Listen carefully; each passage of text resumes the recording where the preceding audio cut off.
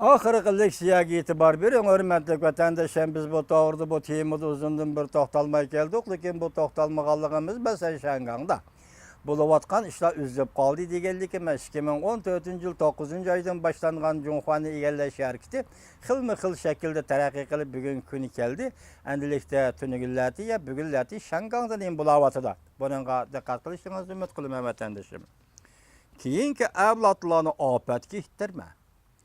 4000 nafar kishi shuar to'g'lab Şangang mustaqilchilarini qo'g'lab chiqarmoqchi bo'ldi. Mavzuli xabar 9-oyning 18-kuni Yer shahri vaqt gazetida e'lon qilindi. Xabar bunday boshlandi. Şangangda oliy maktablarda Şangang mustaqilligi shuori to'lqini davomlashyapti, ko'tarilyapti.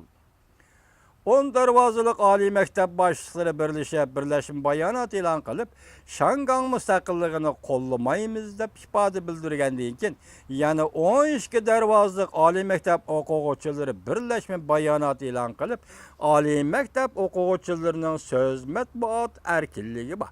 Şangang mustaqilligini muhokama qilish hargiz to'xtab qolmaydi deb ko'rsatdi. 17-kuni Şangang Qonun chiqarish komitetining a'zolari Xejun shior tovlash yig'ini tashkil qildi. Şangangda har soat kishilar Junxuanni egallash namoyish harakatining boshlig'i qonunshunos Dayyotini tanqidlab, keyingi avlodlarni zahar dedi. O'quvchilarni asrash uchun Dayyotin to'rdan tushib qolmasligi kerak. Dayyotini maktabdan qo'g'lab chiqarib, xatoni tuzitib, to'g'rini asli keltirishimiz kerak deydi. 1966-yili 5-oyning 16-kuni atalmış Şinjan Uyghur Abdunum Rayniya Mustamlika Uyg'uristonning Şinjan Universiteti deyildigan oliy maktabning ichida mana shunday harakat boshlangan edi.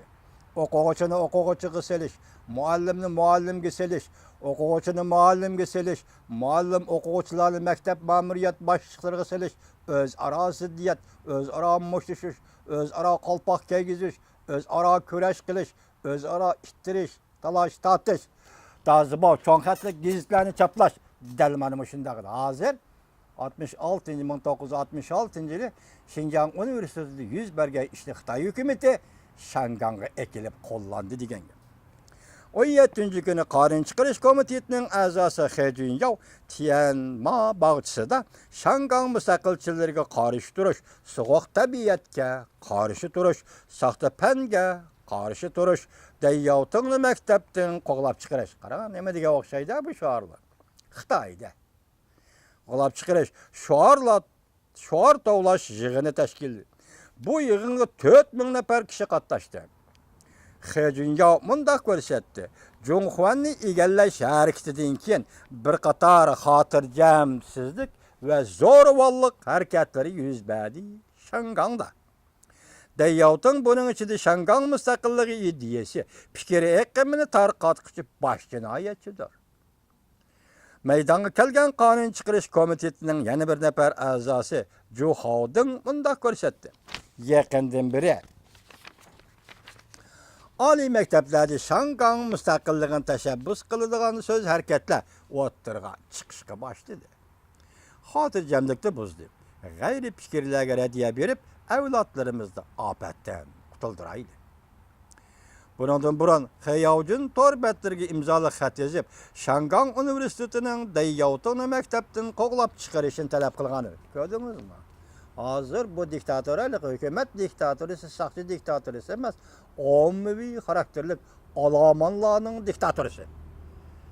Buningdek vahshiylik, buningdek kuchsizlik va qonun bor hech nima yo'q. Olomonlarning ommaviy xarakterli diktatorisi talab qilgan. Demak, sen ikkinchi bir shaxs bir odamni maktabdan chiqarishni qo'g'lash talab qilish nima huquqing bor? Bu talabga 80 mingdan ortiq odam imzo qo'ygan. Ko'ring, Şanganglikda aniq desak, bunda Şanganglikmi bor ekan taqa.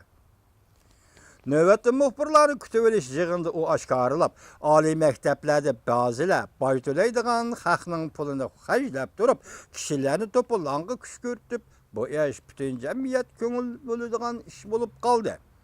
Men faqat jamiyatga vakil bo'lib so'zlayapman. 16 kuni Xayovjin shior tovlashdan g'azablanishga yo'tqilib, oliy maktablardagi o'quvchilar uyushmalarini tanqidlab, so'g'oq tabiatli kishilarni so'z so'zlashga qo'yib berdi. Ularning so'z iboralari demokratik tamda paydo bo'ldi. Gunohsizlarga ziyonkashlik qildi. Bir tamga hozir bular o kelib chaplayotdi, bu kelib yirtiyotdi. Shangangda hozirmish ish. Qop yuraklik qilib Shangang mustaqilligi bayrog'ini tikladi ashtamda. Junguni tillagan, haqoratlaganlarni qanot ostiga oldi. Jinoyatni kechirishga bo'lmaydi deb so'zladi. Shangang Yo'ltuzliq Orol gazeti 17-kuni xabar qilib mundaq ko'rsat. Shangang Universiteti, Chinhui Universiteti, Liangnan Universiteti va Junggu Til Universiteti qatorliq oliy maktablarning o'quvchilar uyushmasi 16-kuni birlashma bayonot e'lon qilib mundaq ko'rsatdi. Biz so'z matbuot erkinligini qadrlaymiz. Bu huquq tabiiy huquqdir. Maktab rahbarligi Shangang mustaqilligini qo'g'dimisimi, lekin biz o'quvchilar so'z matbuot erkinligidan foydalanib, Shangang mustaqilligini muhokama qilishni hargiz to'xtatib qo'ymaymiz. Bizning bu harakatimiz negizli qonunning 27-moddasi qo'ygan o'xshash bir kunda maktablardan olqigan olimlar tashkiloti bayonot e'lon qilib, ma'muriyat boshlig'i, ya'ni maktab boshlig'i Ling Jingyuga hamda haydakchilik qilib, salohiyatli tekshiruvchilarni tashkillab, voqeani butun Shangang xalqiga tushuntirib qo'yishni talab qildi. Hamda oliy maktab ishchi xizmat o'quvchilariga ilhom berib, har qanday siyosiy tekshirishga qarshi turishni murojaat qildi.